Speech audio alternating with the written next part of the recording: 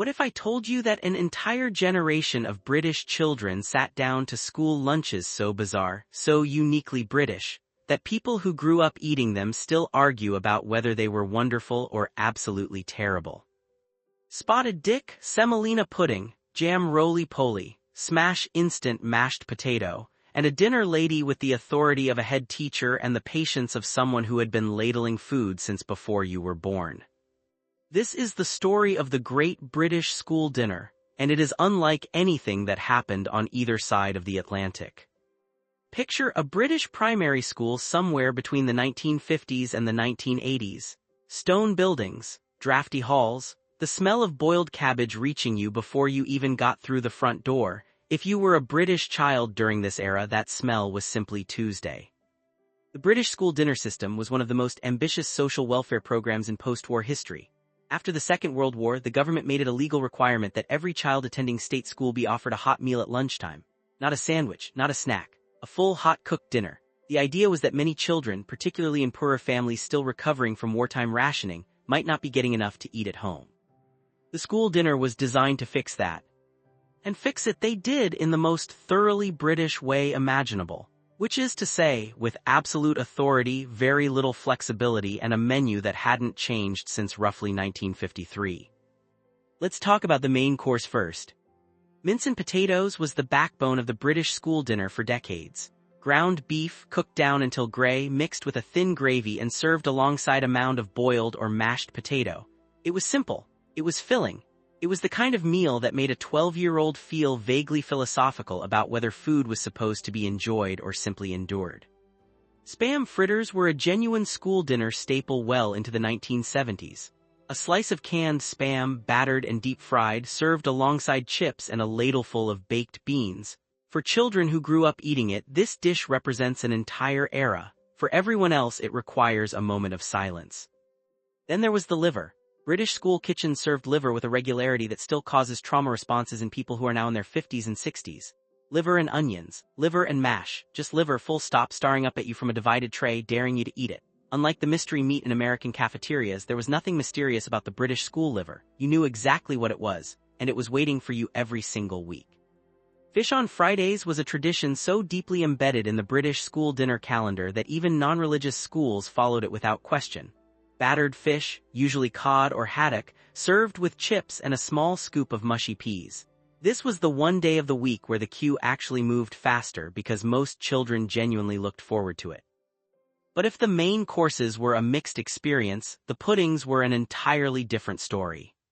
British school puddings were, without question, some of the most extraordinary things ever served to children, and not in a bad way. Sponge pudding with custard was the crown jewel. A dense steamed sponge cake cut into squares served with a generous pour of bright yellow custard from a large steel jug. The custard was always slightly too hot or slightly too cold, and somehow neither version was wrong. Chocolate sponge pudding, jam sponge pudding, syrup sponge pudding, each one a minor triumph that made the liver worth surviving. Jam roly-poly was exactly what it sounds like. A rolled suet pudding filled with jam, baked until slightly crispy on the outside and pillowy within, served with custard. It was the kind of food that would horrify a modern nutritionist and delight absolutely everyone eating it. Semolina pudding divided the nation. Made from ground wheat grains cooked into a thick, pale, porridge-like consistency, semolina was either comforting or deeply upsetting depending entirely on your constitution. Some children requested second helpings, others regarded it as a form of punishment. There was very little middle ground. Spotted dick was the pudding that made every British child between the ages of 6 and 11 dissolve into laughter every single time it was announced. A steamed suet pudding studded with currants or raisins, served with custard. The name comes from the currant spots and an Old English dialect word for pudding, but good luck explaining that to a room full of 8-year-olds. And then there was smash. Smash was a brand of instant mashed potato made from dehydrated potato flakes. You simply added boiling water and it expanded into something that resembled mashed potato the way a photograph resembles a real person. It was everywhere in British school kitchens by the late 1960s and 1970s. Quick, cheap, and guaranteed to stay hot without going gluey the way real mash did. A generation of British children grew up thinking this was simply what mashed potato was. Now let's talk about the dinner ladies. The British dinner lady was a specific and irreplaceable figure in every child's school experience. Unlike the American cafeteria workers who were primarily focused on serving food efficiently, the British dinner lady occupied a much more complex social role. She managed the dining hall with an authority that bordered on judicial. She decided whether you'd eaten enough to deserve pudding. She separated children who were talking too loudly, confiscated items brought from home that violated unspoken rules, and maintained a strict silence in some dining halls that would have impressed a Victorian schoolmaster.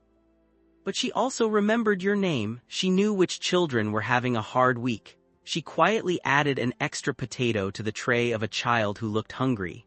And in an era before school counselors, she was often the adult who noticed things first. The dining hall itself was its own world. In most British primary schools of this era, the dining hall was a converted assembly hall, the same room used for morning assembly, school plays, PE on rainy days, and now lunch. Folding tables were set out in long rows. Wooden or plastic chairs scraped across parquet floors. A serving hatch opened in the wall between the hall and the kitchen, and behind it the dinner ladies stood ready.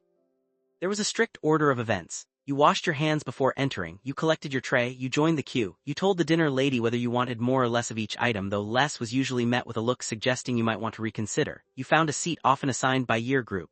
You waited for everyone to be seated before eating. You cleared your plate before asking for pudding, and you did not waste food. This last rule was enforced with remarkable seriousness. Waste was considered not just wasteful but morally problematic, a legacy of wartime rationing that had seeped into every aspect of British food culture. A child who left food on their plate might be required to sit with it until they finished, regardless of how long that took. The dessert trolley, or pudding trolley in British English, was wheeled out once the mains were cleared. This was the moment that redeemed everything. Whatever the main course had been, however challenging the liver, however confronting the semolina, the pudding trolley represented hope. It came slowly, pushed by a dinner lady with the focused expression of someone carrying something important, which she was, and it always delivered. Manchester tart was another regional favorite, a pastry base spread with jam, filled with custard, and topped with desiccated coconut and a glaced cherry. It sounds elaborate for institutional catering, and it was. Rice pudding was the other great divider. Thick, creamy, slow-cooked in large trays in the oven, with a skin on top that was either the best or worst part depending entirely on who you asked. A small dollop of jam stirred into the center transformed it from institutional food into something approaching comfort. The packed lunch child occupied a separate and slightly ambiguous social position in the British school dining hall. Not using the school dinner system, they were often seated at a different section of the hall. The contents of a packed lunch were subject to intense peer scrutiny. Crisps in certain flavors carried social capital. A penguin biscuit bar was highly regarded, and a thermos flask of soup marked you out as the child of someone who took lunch seriously. By the mid-1970s, approximately 70% of British schoolchildren were eating a school dinner every single day. A social program of extraordinary scale, operating in every corner of the country, serving a cooked meal to millions of children simultaneously. The logistical achievement was enormous, and almost completely unacknowledged at the time because it happened invisibly every day. The British school dinner system began to unravel in the 1980s. Prime Minister Margaret Thatcher's government removed the legal requirement for schools to provide hot meals, and removed nutritional standards from school menus in 1980. This opened the door for schools to contract out catering, cut costs, and gradually replace the traditional dinner with a cafeteria-style selection that increasingly included chips, white bread, and fizzy drinks.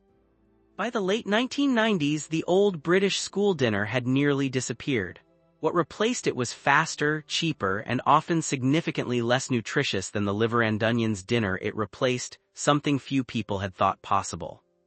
The turning point came in 2005, when television chef Jamie Oliver launched a public campaign to reform British school food.